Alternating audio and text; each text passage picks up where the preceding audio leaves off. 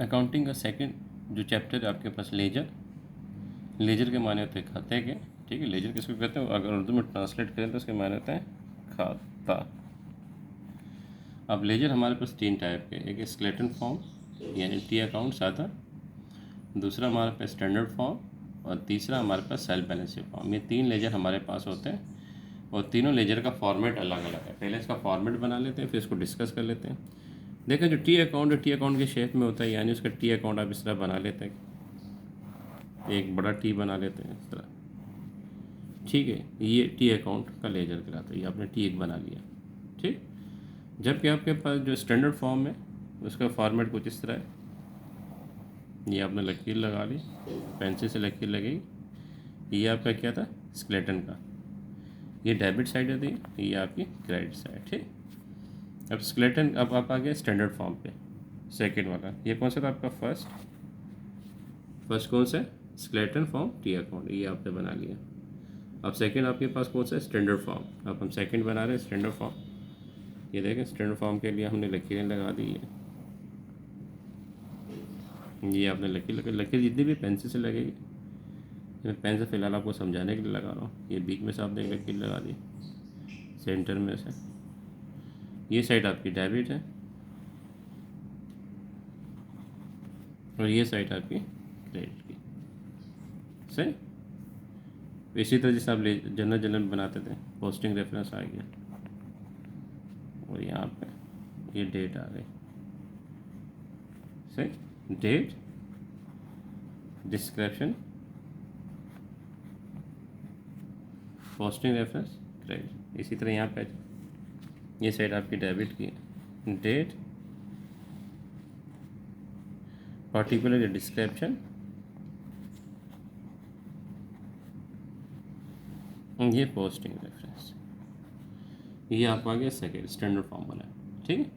Date, description, posting reference debit, date, description, posting reference credit.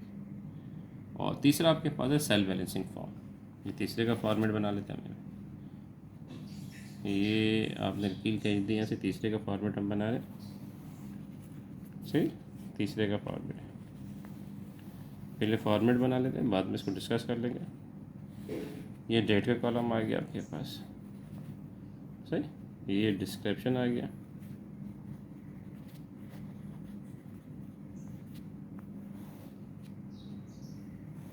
ये posting reference आ गया, ये आपके पास डेबिट आ गया, ये आपके पास क्रेडिट आ गया, और तीसरा कॉलम आपके पास बैलेंस का आ गया, सही। Date, description, posting reference, debit, credit, balance. ये कौन सा आपके पास, सेल्फ बैलेंसिंग फॉर्मूला तीसरा। ये तीन फॉर्मेट आपके पास है लेजर के। इन तीनों के अंदर आपने एक ही काम करना होता है। एक होता है पोस्टिंग, इन लेजर के अंदर जो आपने काम करना है। एक होता है footing, posting, footing,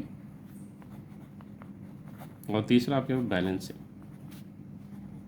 posting, footing and balancing.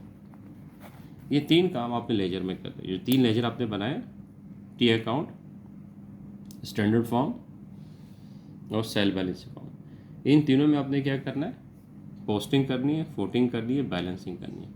अब पोस्टिंग क्या होती है, फुटिंग क्या होती है, बैलेंसिंग क्या होती है, ये जब हम बनाएंगे तो इसमें डिस्कस कर लेंगे। अच्छा, जो तीन आपके पास लेजर हैं, तीनों का आंसर एक ही आएगा। मिसाल के तौर पर एक मैथ्स में आप सवाल लेते हैं, उस सवाल को आप दो या तीन तरीके से आप सॉल्व करते हैं, अलग अलग फार्मूला लगा के, तो आंसर तीनों का एक ही आता है, ठीक है। फार्मूला चेंज होता है लेकिन आंसर एक ही आता है। इसी तरह से लेजर के अंदर ये तीन फॉर्मेट आपके पास हैं।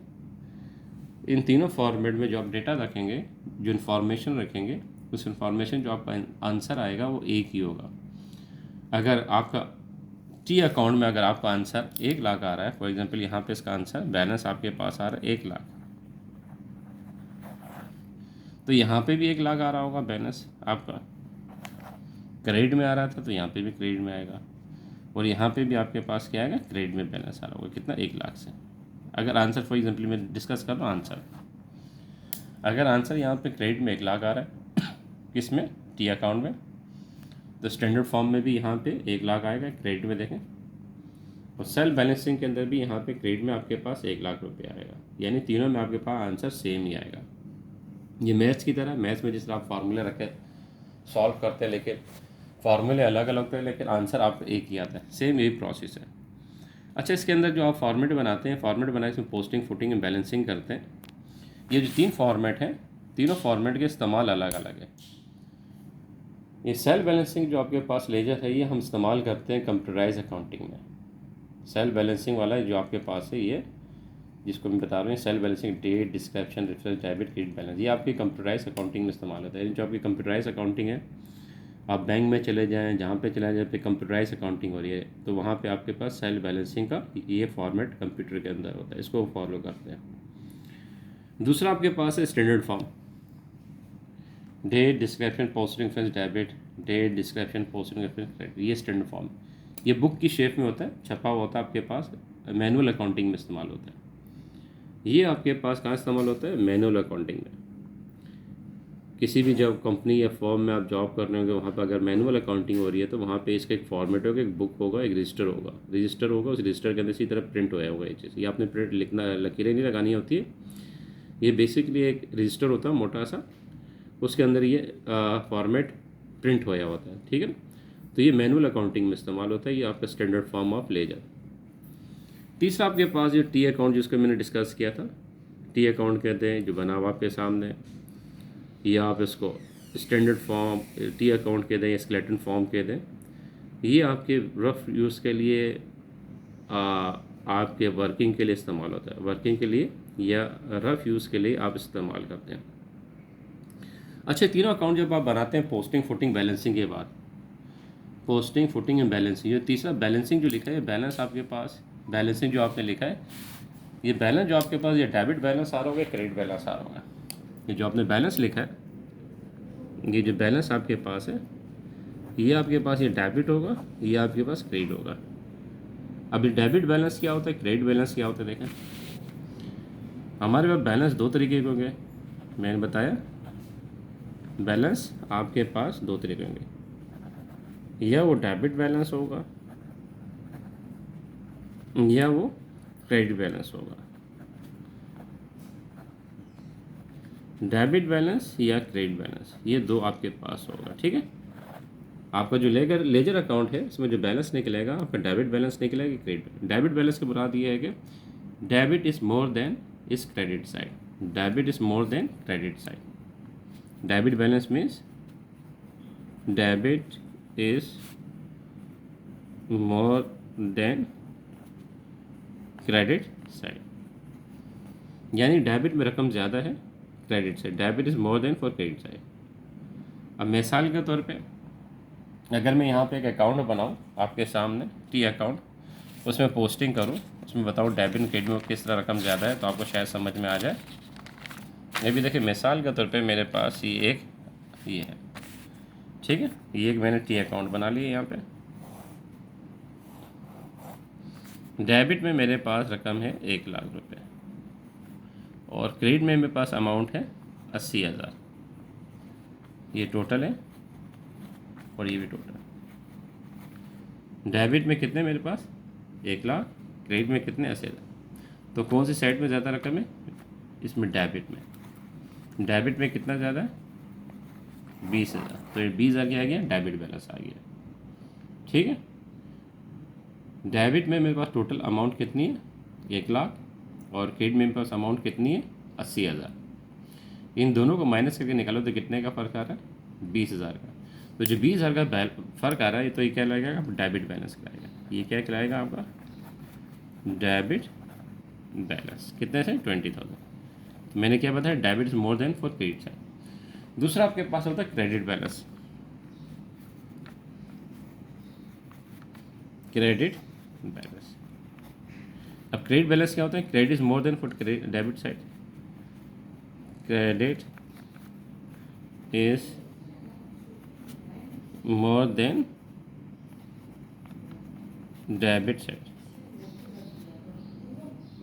क्रेडिट इज मोर देन, यानी क्रेडिट में रकम ज़्यादा है किसे? डेबिट से। अब देखें, इसी का अपोजिट हो जाएगा। ये एक मैंने अकाउंट बना लिया, ये आपके सामने टी अकाउंट बना लिया समझाने के लिए आपके पास। यहाँ पे डेबिट में मेरे पास है 2,00,000 टोटल, जबकि क्रेडिट में मेरे पास टोटल है कितना? 2,00,000 50,000। कितने का फ़र्क आया आपके पास? ये 2 लाख है, ये 2,50,000, 50 का फ़र्क है। 50 कहाँ ज़्यादा है? आपके पास क्रेडिट साइड में। तो ये क्या कहलाएगा आपका? Credit balance. ये आपका क्या कहलाएगा? क्रेडिट बैलेंस, क्योंकि क्रेडिट में रकम ज़्यादा है। क्रेडिट बैलेंस से मुराद कि credit is more than for debit side. ठीक है, credit is more than debit side, यानी क्रेडिट में आपके पास ज़्यादा होगी तो क्रेडिट बैलेंस होगा, डेबिट में अगर आपके पास ज़्यादा होगा तो आपके पास ये डेबिट बैलेंस कहलाएगा। ठीक है, तो लेजर में आपने 3 फॉर्मेट है आपके पास, टी अकाउंट, स्टैंडर्ड फॉर्म और आपके पास कौन सा? स्केलेटन का। ये 3 अकाउंट आपके पास थे, ये 3 आपने थे आपके पास, 3 फॉर्मेट हमने बनाए और तीनों के अंदर हम क्या काम करते हैं? Posting, footing and balancing. Posting, footing and balancing, और इसमें हम क्या निकालते हैं? डेबिट बैलेंस निकालते हैं, क्रेडिट बैलेंस निकालते हैं। ठीक है, तो ये जहन में रख लिया। इसके बाद फिर हम लेजर का स्टार्ट करेंगे।